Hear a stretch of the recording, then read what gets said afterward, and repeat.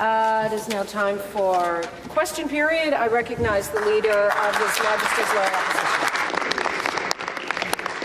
Speaker, my questions to the Premier. Yesterday, the Premier looked Ontarians in the face, Ontarians who called this government out for their bad laws that are hurting working people, and he told them to go find a job. People are absolutely desperate to be heard. To have a government and a Premier who give a hoot about making their lives more affordable. But the Premier and this government is just ignoring them. Instead of listening, the Premier told them to go get a job. So how can the Premier tell anyone to get a job when he has created such a jobs disaster in this province? Minister of Labour. Thank you, Speaker. Speaker, this Premier and government are focused on creating the conditions for investment and job creation. You know, since the last year of Liberal government, we saw about $8 billion in foreign direct investment. Fast forward to this year, over $40 billion. And the net result last month was a 55,000 job increase, which included jobs in healthcare, jobs in retail, jobs in construction, Speaker. I want to highlight in particular today, given the importance of today, Youth Without Shelter, one of the remarkable organizations supported by this government, making a real impact, casework, wraparound supports, helping youth find meaningful employment, addressing precarious housing situations, and supporting them with real pathways. Steve and the team have done an incredible job. I recently heard about Steph's story. Steph's now found meaningful employment, had the wraparound support she needs, and is on her way to a job. That's what we're fighting for on this side of the House, Speaker, creating meaningful employment opportunities for youth in every corner of Ontario's economy. Back to the Leader of the Opposition. You know, Speaker, the Premier wants to be on American news so badly. Well, congratulations, Premier.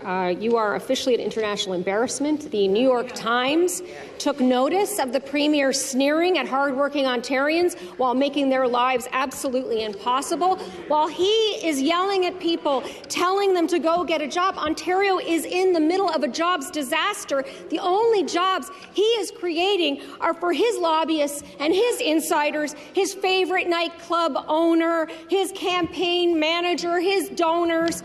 With this many connections, it is hard to believe the Premier wasn't involved himself. So I want the Premier to explain his involvement in decisions regarding the Skills Development Fund. Minister of Finance. Madam Speaker, you know, there is no government that is doing more to boost Ontario's economy than this Premier, this government, all the people that are here every single day. And you know what? We've been working tirelessly to support Ontario, and it starts with a strong balance sheet. Our fiscal foundation is strong so that we can invest in healthcare, we can invest in education, social services, that we can build infrastructure. $201 billion of infrastructure. You know what that means? Good construction jobs for many Ontarians, Madam Speaker. And as the fall economic statement, which the opposition will have a chance to support Ontario workers today, lays out the vision and the plan to continue to grow Ontario's economy. I look forward to the opposition supporting the fall economic statement. Supplementary, the Leader of the Opposition. Here's a fact. Second highest unemployment rate in Canada. That's where we're at. Highest youth unemployment rate in Canada. 1 in 4 young people cannot find a job in this province. There is also growing evidence of preferential treatment and direct ties between the Premier and successful applicants to the Skills Development Fund. Applicants who scored low but were hand-picked by the minister to jump ahead of everybody else. While people in London and Oshawa and Hamilton and Brampton and Ingersoll and Sault Ste. Marie are losing their jobs, how can the government justify such a shameless scheme? I recognize the member for the Bay of Quinte. Thank you very much, Speaker, and thank you to the Leader of the Opposition for the question. And I'm glad that she's proud of all those members who are yelling from the balconies, disrupting democracy and throwing things onto our members and risking the safety of our security guards. I'm glad you're proud of those people. What I'm proud of is our record on jobs. We've created 1 million more jobs in this economy since 2018, and we are growing job growth across the province. Take a look at our regional development programs for Eastern Ontario and Southwestern Ontario. We've put forward $210 million to support 167 projects that create over 4,000 great jobs and ridings across this province. Because we are growing employment in every sector of this province and every area, and we will continue to drive real growth for the people of Ontario.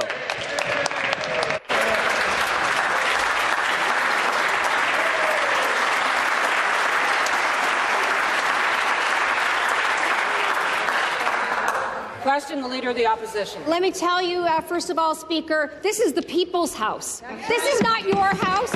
You shut down democracy, and you will see the consequences.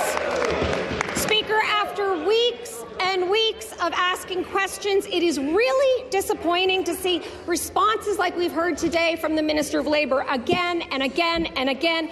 I have been paying attention to his responses, though, to what he's saying, and numerous times in this House, the Minister of Labour has said that he conducts monthly audits of Skills Development Fund recipients. So I would like the Minister, if he could please, to elaborate on what those audits include and how they are reported. Minister of Labour. Speaker, I'm sorry the Leader doesn't like my responses, but Speaker, this government and this Premier are focused on job creation, 55,000 net new jobs, as we said. How are we getting youth into employment, Speaker? I would encourage the Leader of the Opposition to visit one of our Level Up career fairs. We saw a 49% increase in Oshawa. Tomorrow we're going to see Mississauga, the largest Level Up careers fair, giving youth hands-on experience for pathways into construction, Speaker. You know where we saw significant growth in the last month? In the utilities sector, an 8% jobs increase. That's because this Premier, this Minister of Energy has a plan to build new nuclear. If they were at the helm, Speaker, we would see Pickering shutting down. We would see Darlington shutting down. Wesleyville, new nuke, forget about it. SMRs exported to the world, forget about it, Speaker. These meaningful construction pathways, we're inspiring a next generation of youth, breaking down barriers, and I hope to see her at our Level Up Careers Fair. Thank you, Speaker. Leader of the Opposition. So, Speaker, the Minister obviously doesn't want to answer the question. It was pretty specific. Did you actually, did those audits that you claim you've been conducting include anything, and how are they being reported? Nothing. Actually, this is consistent, though, with what the Auditor General has told us, which is that the reports are missing, right? If you were doing audits, then you knew that this money was being used for executive salaries and being used by companies to pay themselves. If you were actually doing audits and you knew and you didn't do anything, then that is actually worse, Speaker. So is it that you didn't know or that you didn't care? Reminder to ask your questions through the Speaker. I recognize the Minister of Labour. Speaker, the funds go to directly training workers, Speaker, and all organizations have to follow terms of their agreement. Member for Waterloo will come and to order. Our team have strict risk assessment processes, monthly expenditure monitoring, have the ability to freeze accounts, etc., Speaker. So we will continue to work to support meaningful projects that are breaking down barriers for youth, Speaker. I spoke about Youth Without Shelter. When the Leader of the Opposition attacks these projects, let's be clear who she's attacking. She's attacking union training like IBEW, Speaker, breaking down barriers for youth through their Pathways program, Speaker. I visited and seen the youth they're training to join our utility sector that, as I said, saw an 8% increase last year in employment, 55,000 jobs created under this Premier last month alone. We create the conditions and we create meaningful pathways to enter rewarding careers in the trades. It's a shame the Leader of the Opposition doesn't support those union training pathways. Back to the Leader of the Opposition, supplementary. Speaker, the only one dragging unions and working people in this province through the muck is this minister and this government. And I am asking some pretty specific questions, and I guess now that the Premier's been benched, the minister doesn't have a lot of answers.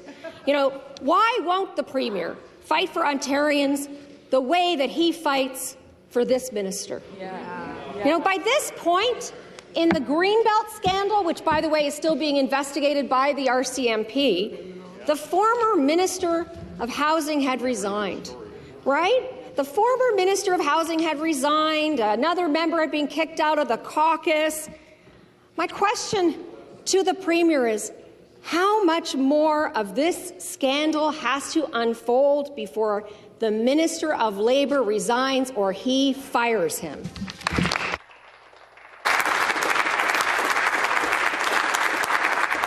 Premier of Ontario. Madam Speaker, to the Leader of the Opposition, I fight every single day for every single person. I don't care about their creed, colour or race.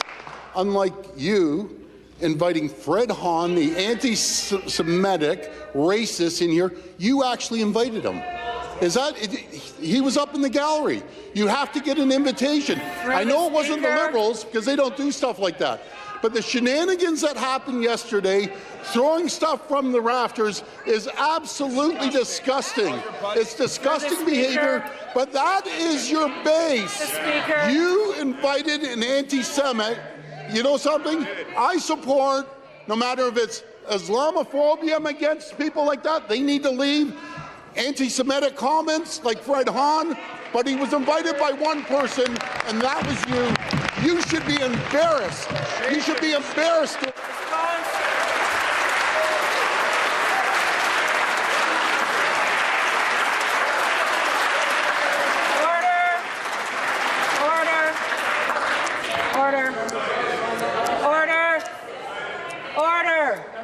Order! I will start naming people. Order! The member for Waterloo will come to order. The Government House Leader will come to order. Order! I recognize the Leader of the Third Party. Thank you, Speaker. And, you know, what a difference a day makes. The Minister of Education, he's going to release the EQAO results. And today, I'm just hoping that, you know, he saw the light, right? And maybe the Premier will see the light today, too. You know, because the Skills Development Fund, well, that's just like this big $2.5 billion dark cloud hanging over his government. And, you know, it's all about money to, like, strip club owners, bars and nightclubs in downtown Toronto, dental brokerages, vet clinics, all sorts of things. Software companies, we don't know what they do. So I think Ontarians deserve to see the Premier's Skills Development Fund report card. So will the Premier release the scores of the Skills Development Fund? Minister of Labour. Thank you, Speaker. Speaker, when we're investing in training, let me talk about some of the scores and results. Carpenters program, Speaker, breaking down barriers for a next generation of carpenters. That's how we're going to build the homes we need. Speaker, new apprenticeship registration. They exceeded it by 120%. That's a score, Premier, this government and I can get behind, Speaker. Because it's breaking down barriers for youth to register into apprenticeships. That from a leader of the interim third-party Speaker who ravaged shop classes, who destroyed apprenticeship registration when they had the opportunity. This Premier is creating opportunities, building infrastructure, putting these men and women to work. When he attacks this program, let's be clear who he's attacking. He's attacking hard-working men and women in unions in every corner of this province who are breaking down barriers. We've seen a historic increase in registration and apprenticeship, Speaker. We're going to keep breaking down barriers, and the data and results and the scores speak for themselves. Thank you, Speaker. Supplementary, the Leader of the Third Party. Well, we know a study showed that the lower-ranking proposals got the most money. So I'm not quite sure, Speaker, on what planet you do less and you get more. You score low and you get more. How does that work? It's really hard to understand how that works. There's got to be a second set of books. There's no other discernible reason. So if you donate, you endorse, you're a friend, your score goes up. But I'm not asking about that book. I think that's all plain to see for all of us. What I'd like to see, Premier, through you, Speaker, is let's see the scores. If you've got nothing to hide, Premier, if you've got nothing to hide, you should be able to put them out. Minister of Labour. Thank you, Speaker. It's not hard to understand, Speaker, when you advance government priorities of building the critical infrastructure we need, and you're delivering incredible world-class union training, you get support, Speaker. The Ontario Construction Secretariat speaks to the strength of union-led training, higher completion rates, attaching meaningful employment opportunities, and we're seeing that in every corner of Ontario. A historic increase in the number of youth between the age of 15 and 24 registering for apprenticeships.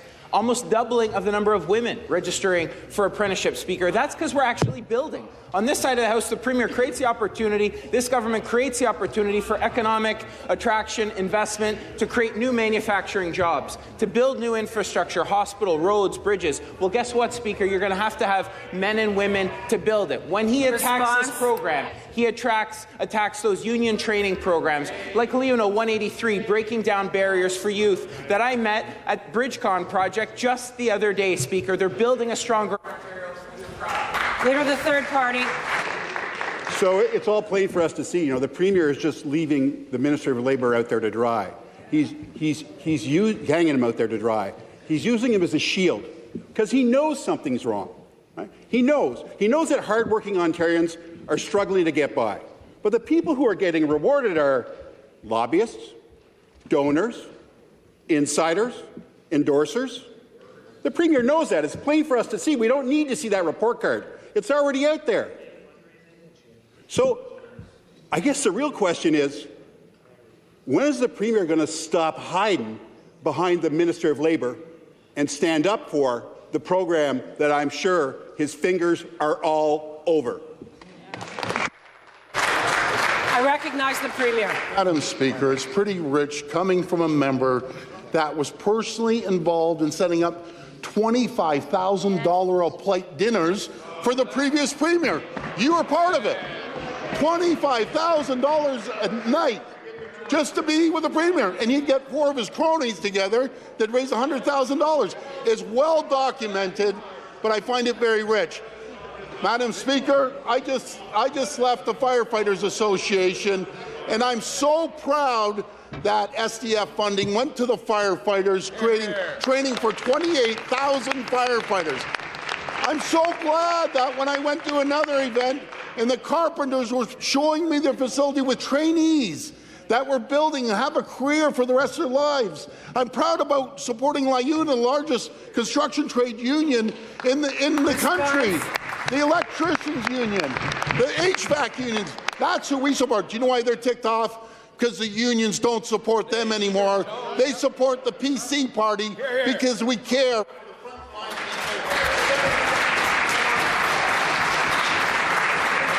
Leader of the third party. It gives me too much credit. Speaker, let's just get down to the nuts and bolts of it. So my second question is for the President of the Treasury Board. And we know that Keel Digital Solutions was a subject of an audit and then a forensic audit. And during that time, Keel Digital Solutions, you may be aware, Premier, received money from this government, tens of millions of dollars. And that should be a concern to all these people in the room, even the ones heckling me in the back row there, okay? People's money, no one's watching it. So can the President of the Treasury Board tell us the month that the internal audit was completed and flagged it for forensic audit? The month, please. Minister of Labour. Thank you, Speaker.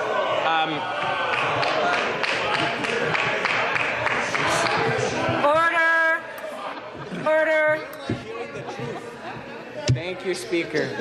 Speaker, we've got a phenomenal Minister of the Treasury Board, Speaker.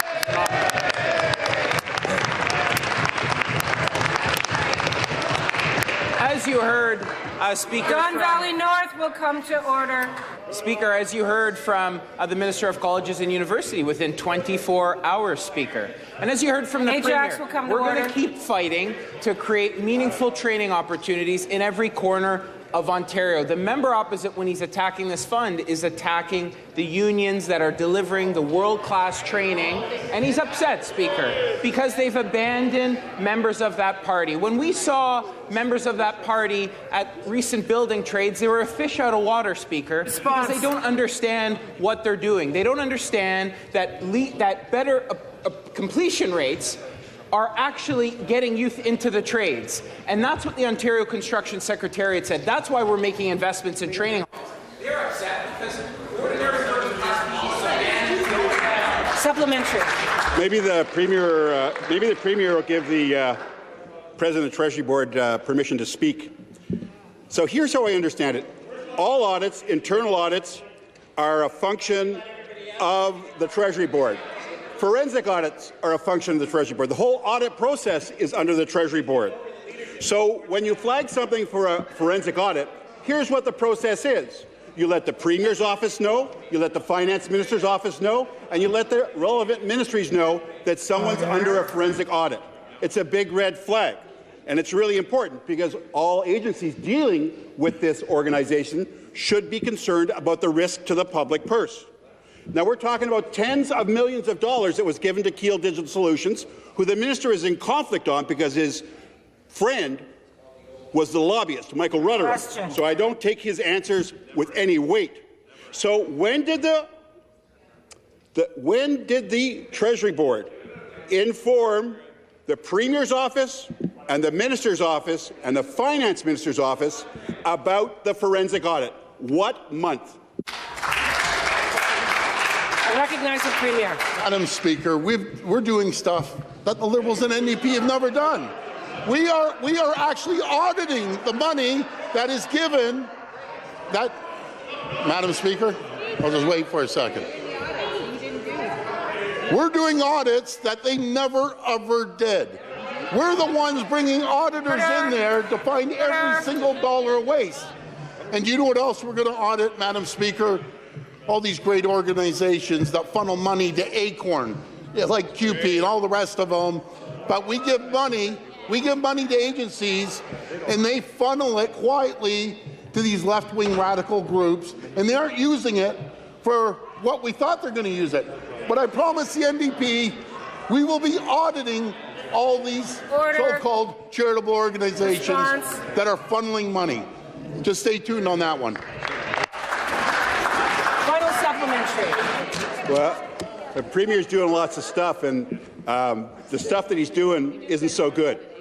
You know, so it's not that I'm concerned with the public service. They know what to do. Cabinet Office, Treasury Board staff, they've been doing the right thing. They've been doing the right thing in the Ministry of Labour. And the Premier here is who I'm concerned about. So I want to know, did it not get flagged? Did the money continue to flow because of political interference? Was it the Minister of Labour? Was it the Premier? Was it the President of the Treasury Board that said, don't worry about it, they'll be okay? And we know the minister was in conflict because he overrode the public servants to give his friend's company, the company his friend was lobbying for, money. So I guess the question is, how do we get here? Is it incompetence, right? Question. Is it looking the other way? Or is it deliberate? Labour. Thank you, Speaker. Speaker, what's hard to understand is how over 15 years they transformed Ontario's economy into a service economy, one that drove out manufacturing jobs, 300,000 manufacturing jobs that fled Ontario. Speaker, the highest increases we saw under their leadership was taxes increase, utility bill increases, punishing increases that had a real impact on everyday working-class Ontarians, Speaker. This Premier is creating opportunities who recognizes that training takes place in more than just classrooms. It takes place in union training halls. It takes place on job sites in every corner of Ontario, Speaker. When that member attacks this fund, let's be clear on what he's attacking. It's a plan. His plan would strip away these very training delivery agent providers that we're supporting. He wouldn't fund them, wouldn't support them, and it's not surprising, Speaker, because when they had the opportunity, we saw shop classes pulled out of high schools. We saw a decrease in the number of apprenticeship registrations, Speaker. We're turning that around because we got a plan to build a stronger Ontario, new nuclear, new hospitals, new schools, highways, roads and bridges. Perhaps had they supported those highway speakers, they would have more members in this place. Right. Thank you. Question. I recognize the member for Parkdale High Park. Thank you, Speaker. Speaker, on this day meant to prevent violence against women, it is disappointing to hear a bully wrap himself in the courage scarf and threaten to audit in such a vindictive manner.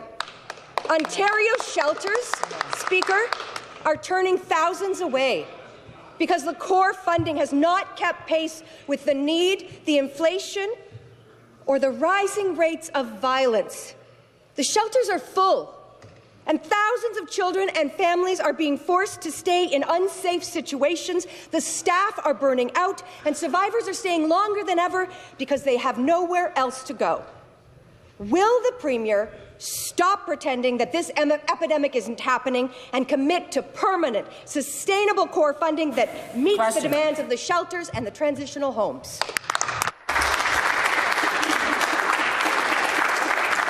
I recognize the Associate Minister for Women's Economic and Social Opportunities. Thank you, Madam Speaker.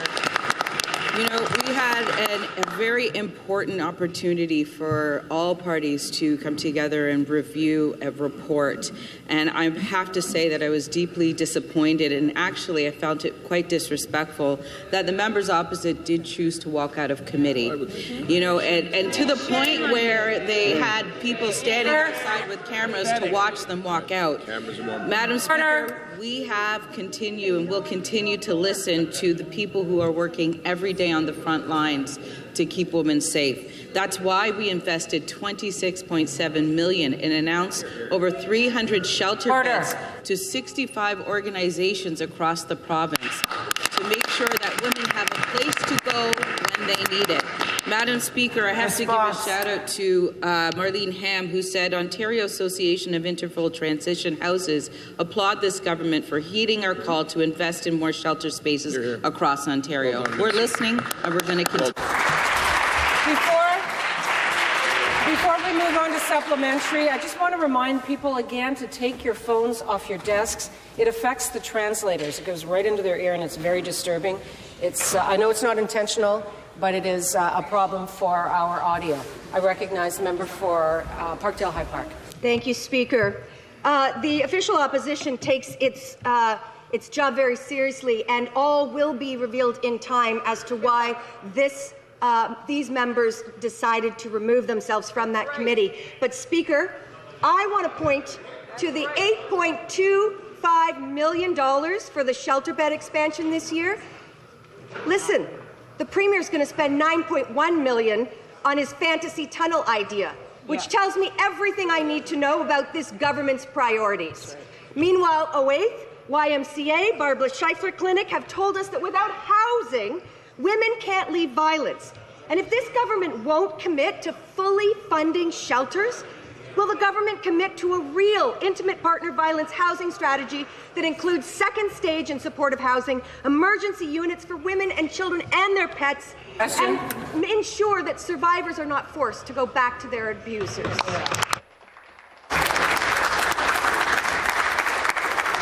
I recognize the Associate Minister. Madam Speaker, it's been a journey working with many of the members in this House currently watching. They've been speaking to us, sharing with us the challenges they've been facing.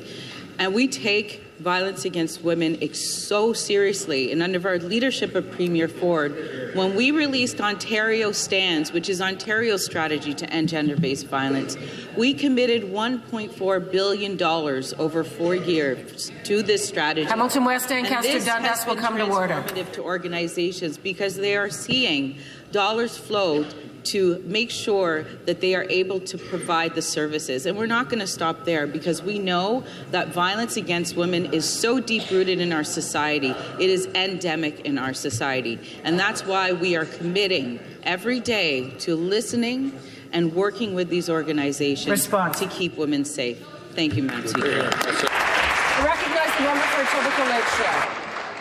Thank you, Speaker. Speaker, Ontario has the lowest hospital funding per capita in the country, and our average hospital stays are the lowest of any other province. Yet the fall economic statement was silent on the billion-dollar deficits facing hospitals.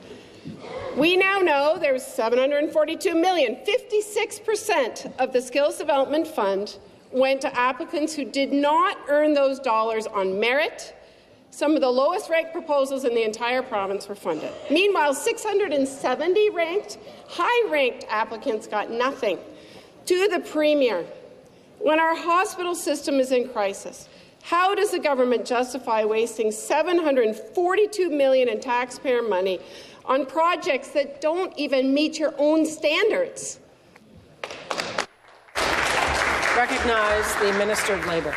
Let's talk about projects that are driving adoption and folks into meaningful careers in healthcare. As I said, just last month, 56,000 jobs created. We led the nation in healthcare jobs, Speaker. Why? Because we've got a plan to build hospitals, a plan to train more residents, Speaker, a plan to break down barriers. 54,000 PSWs, Speaker, supported through the Skills Development Fund, breaking down barriers to support a next generation of young men and women in our healthcare field, Speaker. You've got to have a plan to actually build hospitals, to actually expand capacity. In my own community, Speaker, previous Liberal government didn't get it done for Campbellford.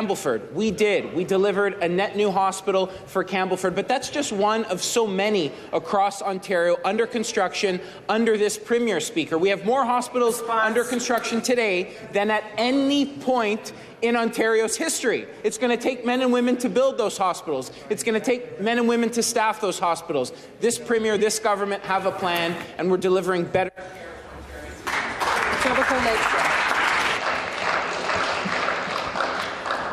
Speaker, we have a crisis in our emergency departments. Today, there's dozens of organizations that are here urgently seeking action to end the crisis in gender-based violence and to get upstream to prevent it. Meanwhile, we are wasting almost $1 billion to low-ranked projects with insider connections through the Skills Development Fund. It's just wrong. Speaker, to the President of the Treasury Board, will this government freeze all funding to low-ranked SDF applicants and commit these funds to these very serious crises? Minister of Health. Speaker, with the greatest of respect, we have a member opposite who is talking about the investments that they want to see in our hospital sector, and then immediately turns around and says, but freeze all the funds. Where are you going with this? Ontario has the best hospital systems in Canada. We lead in wait times for surgeries. We lead in attachments to patients and their family physicians. We lead in access to emergency department wait times. To suggest in any way that we are not investing in our hospital and in our healthcare system suggests to me that the member opposite is not looking at the hospital and the budget investments that we've been able to make. Consistently, in the last 3 years, we have had hospital partners that have received 4% annualized funding to ensure that they can continue to provide exceptional services. Services like the sick kids right here in Toronto, leading the world in pediatric services. Toronto General Hospital consistently being named the top hospitals in North America. We are investing in our hospitals. Question. I recognize the member for Eglinton Lawrence. Speaker. Speaker, my question is for the Minister of Energy and Mines. Speaker, as electricity demand continues to grow, it's never been more important to keep more money in people's pockets. Families, seniors, and small businesses across Ontario are all looking to our government for practical and affordable ways to reduce their monthly energy bills. As Speaker, unlike the previous Liberal government that stood by and watched as energy costs skyrocketed, our government is taking action.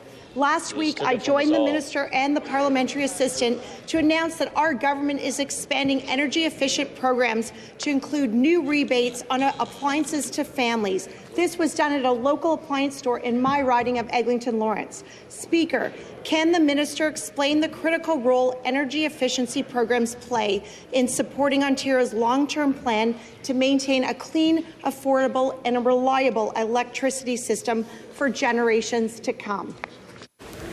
I recognize the member for Scarborough Centre. Thank you, Madam Speaker. First of all, I'd like to thank the member from Eglinton Lawrence for the hard work that she's doing in her riding. Thank you very much. Madam Speaker, last week, expansion announcement is part of the largest energy-efficient program in Canadian history.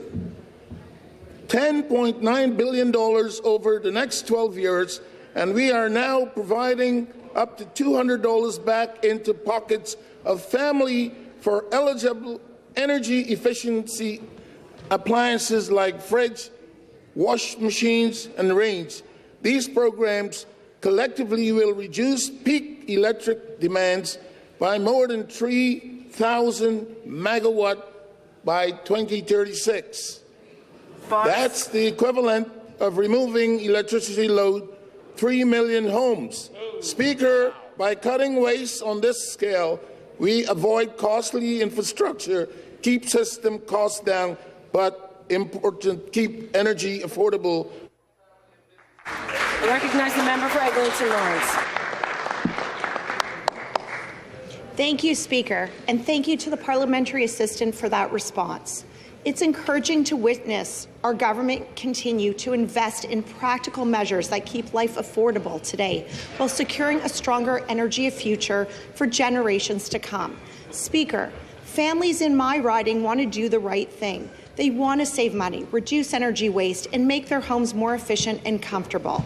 But many homeowners also tell me that while they are eager to participate, the process can feel overwhelming, particularly for seniors and newcomers. They want more insight on where to start, what upgrades qualify, or how to navigate assessments, contractors, and multiple programs. Speaker, can the Minister of Energy and Mines explain what steps our government has taken to make participation simple, accessible, and easy to understand for families across Ontario? Member for Scarborough Centre. Thank you, Speaker. The member is right. Success of any program depends on how easy it is for people to participate. When our government launched this initiative in January, we made sure family would have a single, streamlined portal to access every rebate in one place. Since January 2025, 10,000s of applicants have been receiving these benefits. Speaker, our energy-efficient program have reduced energy consumption by 15%. And with expansions of these programs last week, we are already on the track of exceeding 2025 targets and taking the equivalent of more than 220,000 homes off the grid so far. Energy efficiency is a collective effort. This is about helping every family, no matter their income or where they live in Ontario. Thank you, Madam Speaker. Question. I recognize the member for London West. Thank you very much, Speaker. My question is to the Premier. Speaker, this Premier is a jobs disaster, and a new Abacus poll proves it, with 3/4 of Ontarians expecting widespread job losses in the next 5 years. At the same time, 82% see a strong post-secondary education as critical to protect jobs and strengthen Ontario's economy, something this government obviously does not understand. Speaker, why is this Premier standing by as college campuses close, hundreds of programs are cut, thousands of staff are laid off, and local employers can't find the skilled workers they need? I recognize the Minister of Community Colleges and Universities. Thank you, Speaker. I ask that member why she continues to vote against our budget, the $1 billion we invested into our publicly assisted colleges and universities. $1 billion you continue to vote against. You stand up and preach a good story, but you vote against time and time again. Our funding for our post-secondary system is the highest it's ever been in Ontario's history. The $1 billion you voted down, that's on top of the $1.3 billion she voted down last year as well, Speaker. But we'll continue to make those strategic investments, whether it's in STEM, teaching, construction, nursing. We'll continue to have the conversations with our post-secondary sector. Right now, we're going through a funding formula review. We're engaging with the sector, and I'm looking forward to speaking with Colleges Ontario later this afternoon. The member for supplementary. Speaker, the Abacus poll also found that 71% of Ontarians believe it is urgent to increase public funding for our colleges to protect jobs and Ontario's future. Ontario's per-student funding for colleges is the lowest in Canada, just 44% of the average of all other provinces. Speaker, why is this Premier ignoring the calls from Ontario's students, employers and local communities and refusing to provide the permanent increase in operating funding that our colleges and universities urgently need? The Minister of Colleges and Universities. Thank you, Speaker. If we're going to talk about polling, let's talk about the polling of your leader right now. I think Ontario has turned their back on the NDP, turned their back on your leader. She's the interim leader. Let's just call her that. But let's go to operating funding, Speaker. We've had a 12% increase in operating funding since 23-24. Funding for this year is estimated to be $5.8 billion, which is an increase from $5 billion 2 years ago, Speaker. But it's the Ontario people that trust our government with public dollars. They don't trust the NDP. They don't trust the Liberals because they would put that on the backs of the students, Speaker. When the Liberals were in power, tuition almost went up 50% when they were in power. When the NDP were in power, it went up to almost 25%, Speaker. They are out of touch with the people of Ontario. We'll continue being there for the sector, and we'll continue speaking with the sector every day, Speaker. I recognize the member for Don Valley East.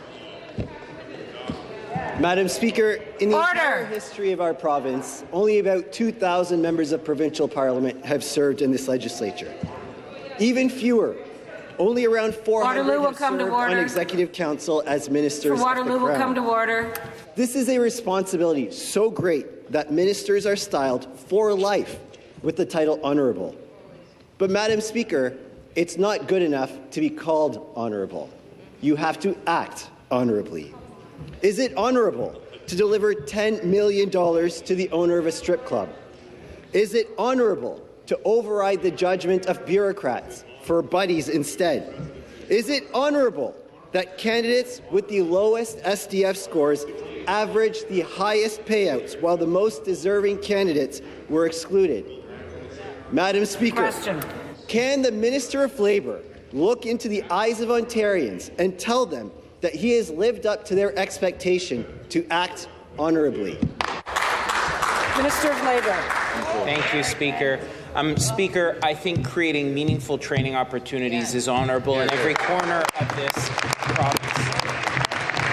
This is a government that has presided over an increase in apprenticeship registration. This is a government that's introduced firsts for working-class Ontarians, the first to enshrine in law properly fitting protective equipment for workers in every corner of this province. The first, Speaker, to ensure defibrillators on job sites when seconds save lives, Speaker. The first to show up on weekends, evenings, and in early mornings on shop floors, in union training halls to talk to frontline workers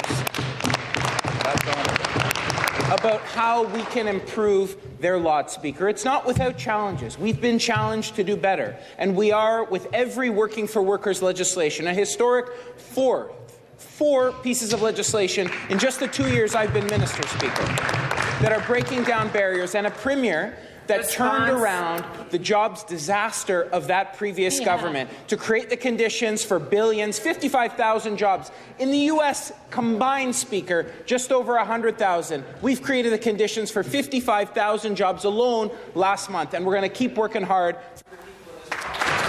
Supplementary.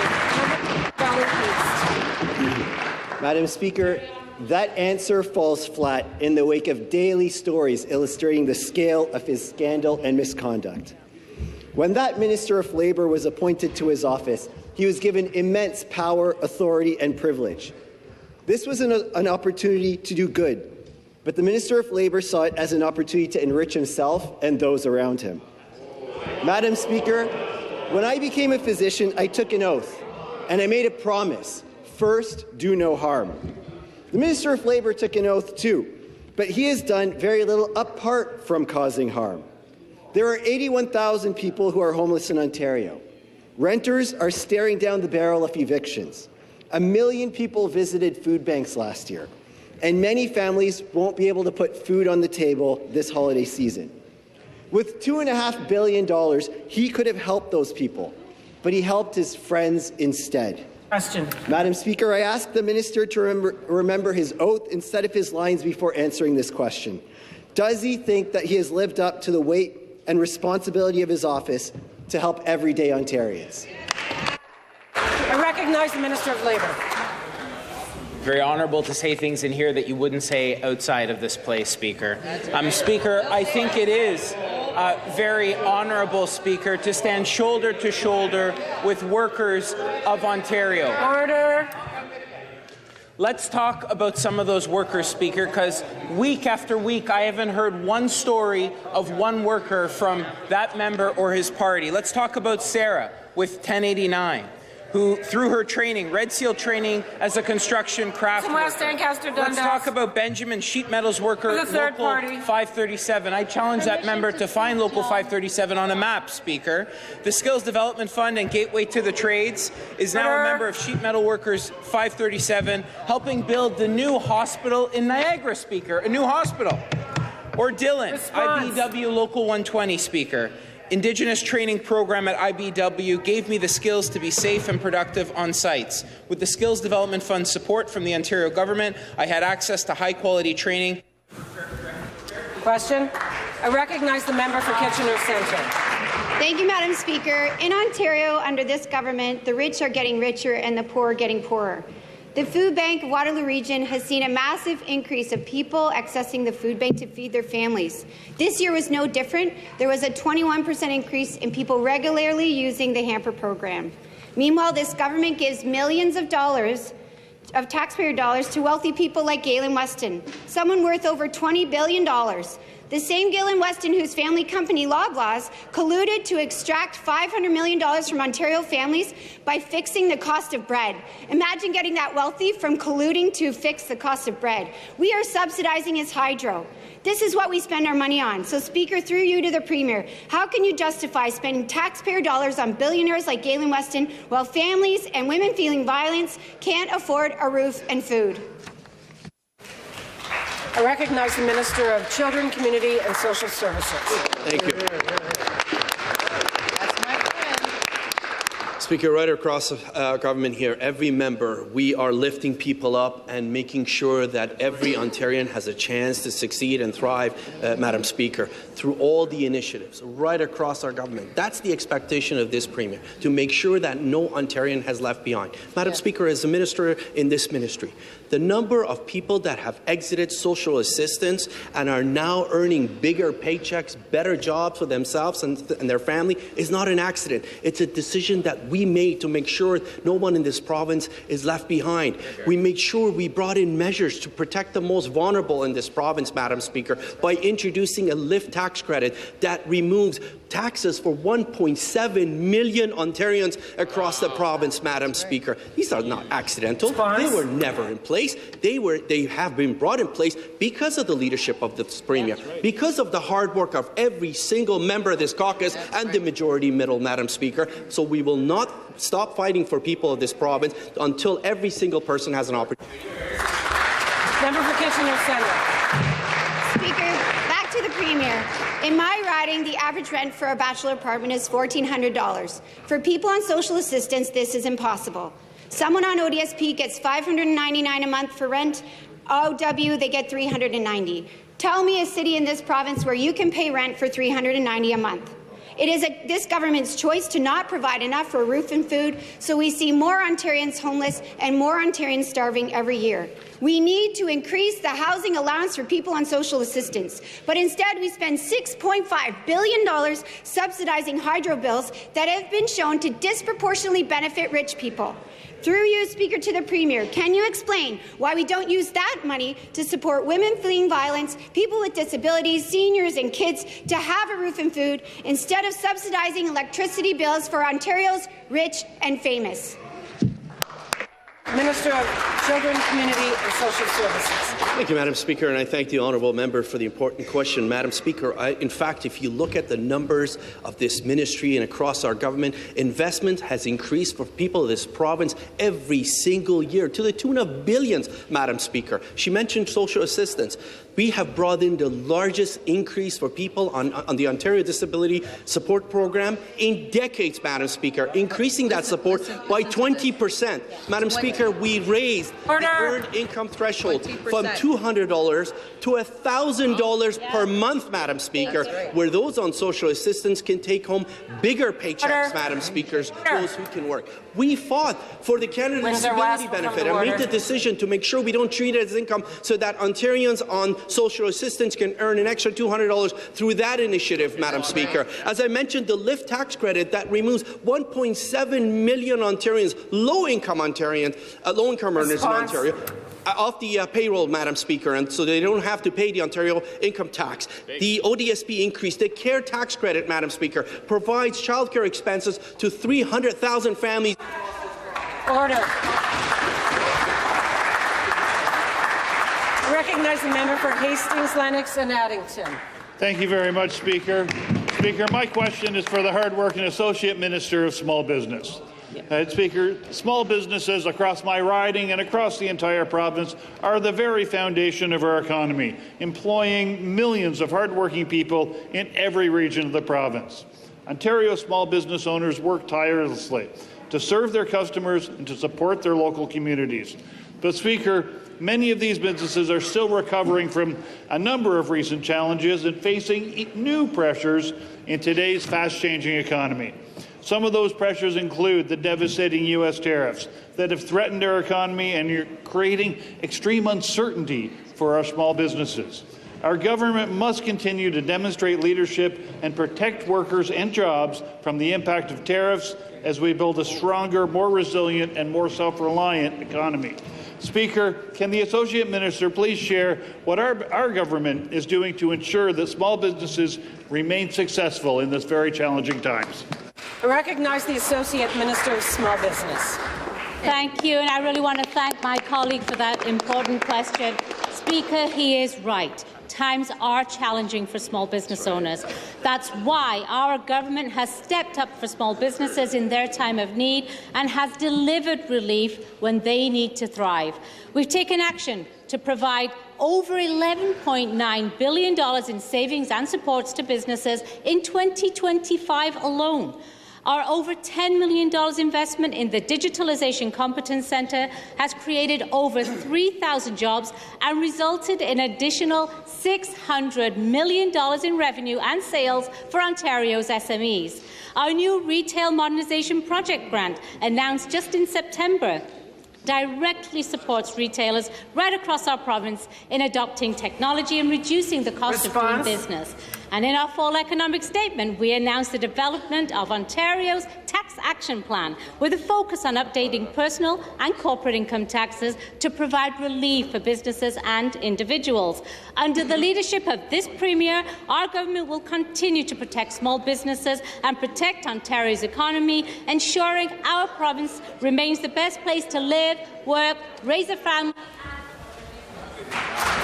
Back to the member for Hastings, Lennox and Addington. Thank you very much, Speaker, and thank you to the Minister for outlining this important work that is being done to support small businesses during these challenging times. In addition to providing supports for current business owners, it's equally important to create the pathways for new and emerging business owners to start and to scale up their businesses to create new jobs.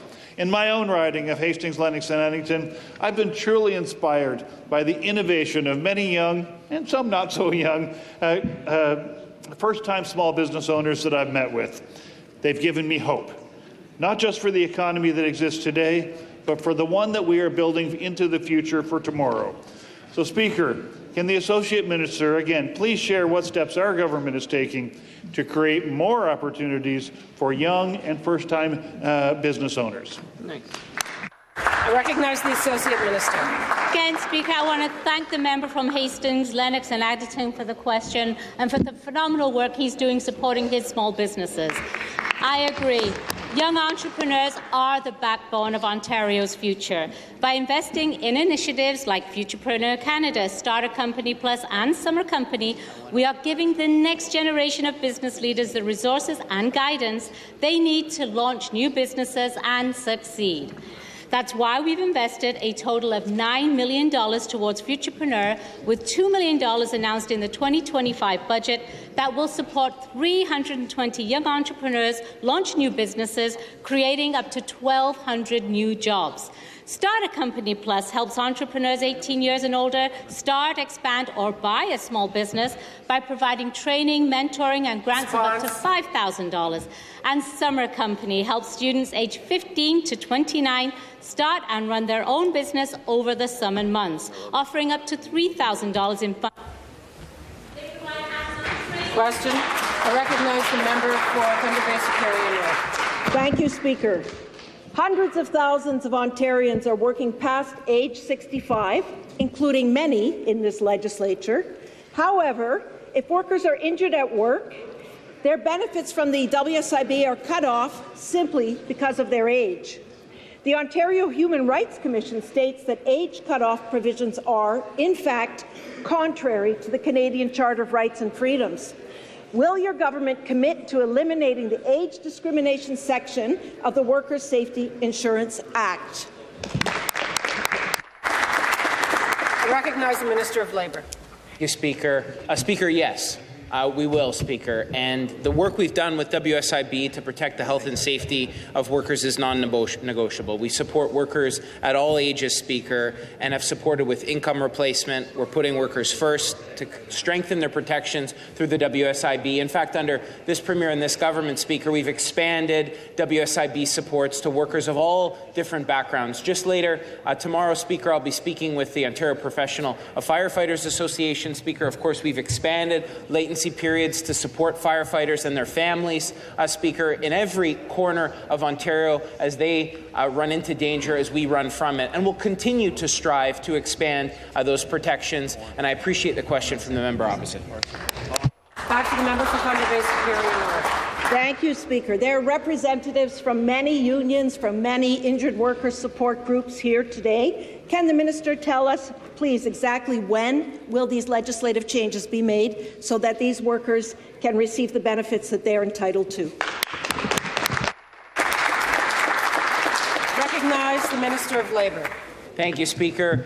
Speaker, I wouldn't presume the will of the legislature as we head forward, but what I can point to is meaningful action. We've introduced Working for Workers, pieces of legislation multiple times a year. Every year we enshrine those goalposts to support workers. In Working for Workers 3, we expanded presumptive coverage for firefighters, investigators, wildland firefighters to include primary site thyroid, pancreatic cancers. Under Working for Workers 4, a statutory presumption was created for esophageal cancer, Speaker. And the list goes on, and the point I'm making here, Speaker, is that every year we put in place progressive legislation, some of which members opposite have supported, Speaker. So to answer the member, we'll continue to work to expand supports for injured workers across Ontario to reduce the lost injury time. In fact, we have the lowest lost injury time in modern history in Ontario, thanks to the work of this Premier and this government to support injured workers.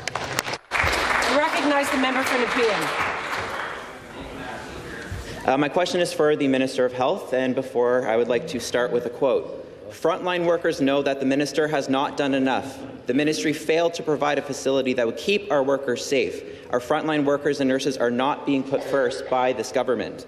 Those aren't my words, Speaker. Those are the words of the Health Minister when she was in opposition in 2017. And now this government is shoveling out $2.5 billion of money towards the Skills Development Fund, which every single day is turning into a greater and greater scam. Meanwhile, patients are waiting over 12 hours for care in the emergency room, if it's even open. Hallway medicine is the norm. Nurses and healthcare workers are burnt out. Patients are not receiving the care they deserve, especially in the community. So, Speaker, if frontline workers aren't being put first, her words, why is this government putting lobbyists and insiders ahead of patient care? The Minister of Health.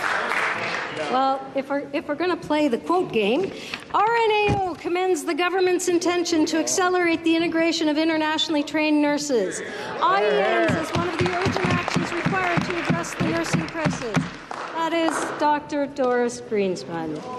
Another, supporting nurse education has a direct positive impact on quality of care and supports a high-functioning healthcare system by increasing the morale, improving teamwork, reducing scheduling gaps, and building a reputation of excellence that drives recruitment and retention. That is the VP of Patient Care, Chief Nursing Executive at Aurelia. I guess by changing what the previous government was doing, we are actually making progress in ensuring that there are opportunities in the province of Ontario for nurses, for nurse practitioners, for RPNs, for PSWs, for doctors, physicians. We can go on and on. The point is, when you invest in a healthcare system, you get best of class, which is exactly what we have in the province of Ontario. Back to the member from Nepean. Thank you, Madam Speaker. Another quote for you. This government is prioritizing the interests of insiders over the best interests of Ontarians. Madam Speaker, do those words sound familiar? They should sound familiar because that was an accusation the current health minister lobbed at the previous government. And as a nurse who's worked in the front lines in the hospital, I implore you to actually go and see what's going on, because what you're describing is not the reality, Minister. Now, what's shameful about this, Madam Speaker, is that she's now part of a government that has $2.5 billion to dole out to PC insiders and lobbyists, but is starving our hospitals and community health system for cash. Madam Speaker, forgive me for trying to make her see that our hospitals, our healthcare system is in crisis by giving her a taste of her own medicine. When will she heed her own advice and start to properly fund our healthcare system? After all, isn't that in the best interest of Ontarians? Back to the Minister of Health. Thank you, Speaker. You know, when we opened the West Lincoln Hospital earlier this month, I can assure you there were a lot of very happy hospital staff. When we opened and when we announced a groundbreaking for Niagara South Hospital, there were an awful lot of healthcare workers who were cheering our $60 billion investment in healthcare capital in the province of Ontario. I actually like the fact that he's highlighting all the things that I was talking about that were wrong with our healthcare system when we were in opposition, and now we're getting it right in government. Yeah, all right.